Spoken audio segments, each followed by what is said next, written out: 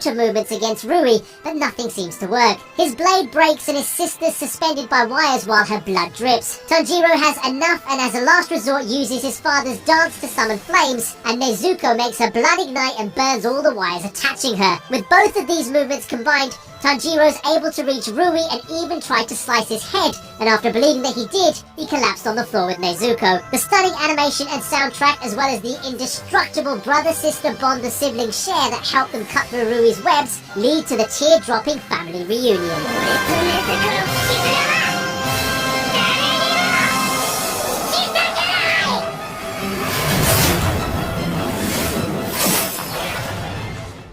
Convinces his enemy to take on the righteous path, or at least pointing them in the right direction. And that's exactly what we're witnessing here. The clash between the two is just as focused on the physical fight as it is on the even more important ideological conflict. Luffy's goal is to become the Pirate King. Not because he wants to rule over everything and everyone, but to ensure his family and his crew get a free and safe life. Katakuri, on the other hand, has a toxic family that's as worse as it gets, living in fear of their crazy mother, who gives the word family a new, twisted meaning. Overall, the Luffy versus Katakuri fight's about their motivations, dreams and goals, and what it means to be your true self.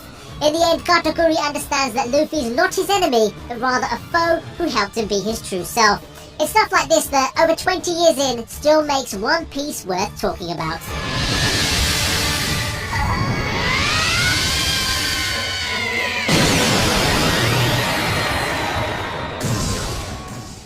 Each and every alien that comes his way. Finally, he meets Lord Boros, the leader of the ship. He informs Saitama that he's the dominator of the universe and was looking for a strong contender who can size up to him. According to the prophecy, Lord Boros knows that his match could be found on Earth. The fight ensues between Lord Boros and Saitama. Saitama uses a weaker form of punches on Lord Boros, which he sustains and recovers from in a jiffy. Then, Lord Boros charges himself on Saitama, claiming that he's using his final power and energy to damn Saitama and Earth to hell. In response, Saitama decides to use his killer punch to end it. And we all know who wins, don't we? It's not even a surprise anymore, but the action sequence looks magnificent on screen.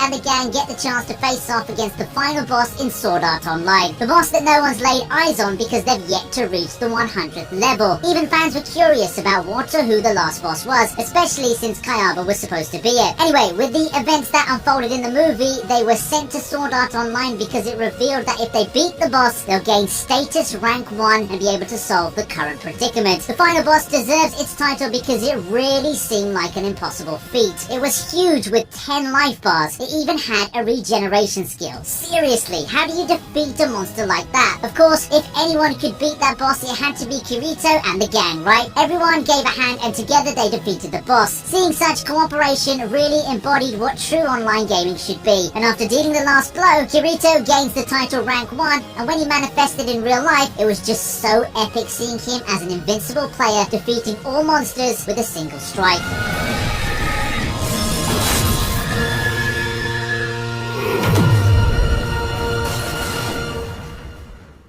There's lots of emotion behind each blow as these symbols of peace and evil clash. It's one of the most intense battles in anime history, not just in My Hero Academia. Punches are thrown, a city gets destroyed, and the two use their flashiest moves on each other. The fight rages on, but All Might's weakened state catches up to him. As the two exchange blows, All Might lands a clean hit on All for One and destroys his mask. All Might ultimately defeats him using the United States of Smash, the most powerful attack in his arsenal. All for One's out cold and All Might stands victorious. My Hero Academia continues to amaze, and this fight's the perfect send-off for All Might as the symbol of peace.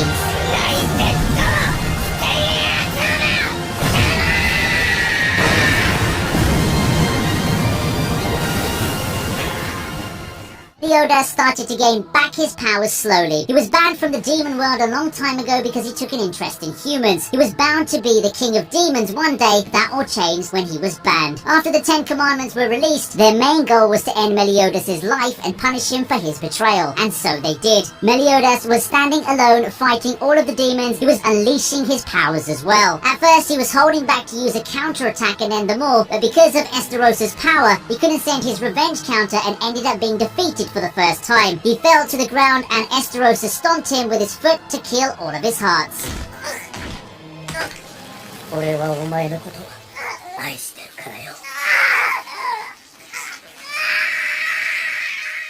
Series Bleach. The scene that involves our protagonist Ichigo sees him battle with Ulquiorra. The fight seems to be over before it starts as Ulquiorra's powers are more superior. Though he takes a beating, Ichigo stands tall but finally suffers defeat with a hole in his chest. As his lifeless body lies on the ground, Orihime screams for Ichigo to get up and help her, refusing to accept that he's dead. As she continues to scream Ichigo's name, his hair begins to grow longer and his arms move. This is an awesome moment as Ichigo mentally tells his body to stand up. Transformed into a new humanoid hollow form, Ichigo responds by roaring towards Ulquiorra. Possessed with rage, he rips off his left arm as Orihime and Uryu look on in horror. Ichigo slashes Ulquiorra across the chest, cutting off his left ear in the process.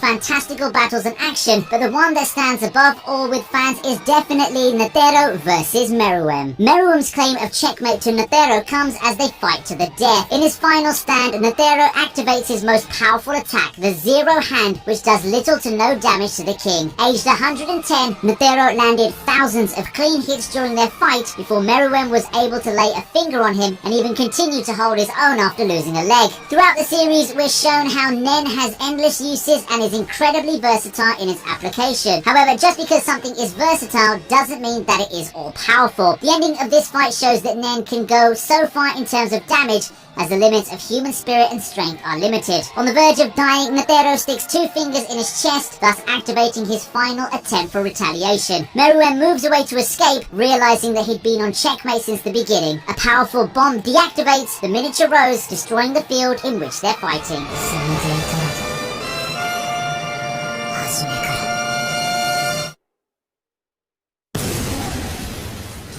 A mass fusion transformation of Goku and Vegeta, cleverly named Gogeta. A fight that broke the world, literally. The awesome mixture of 3D and 2D animation complements the epic fights in this movie, making every blow significantly more impactful and realistic.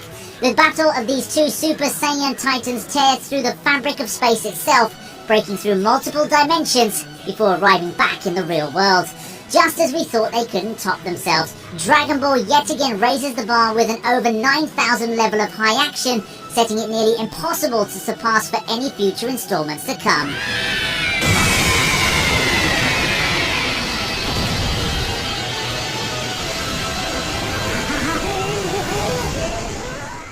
At the heart of the series is the relationship between Naruto and Sasuke. Both coming from similar backgrounds, the two have always wanted to acknowledge each other as peers, but their egos keep getting in the way. The scene sees the 2 fighters squaring it out in an epic clash in the Valley of the End, using all of their powers. Each of the fighters employs the use of their chakras for one final attack. The fight is pulsating and thrilling.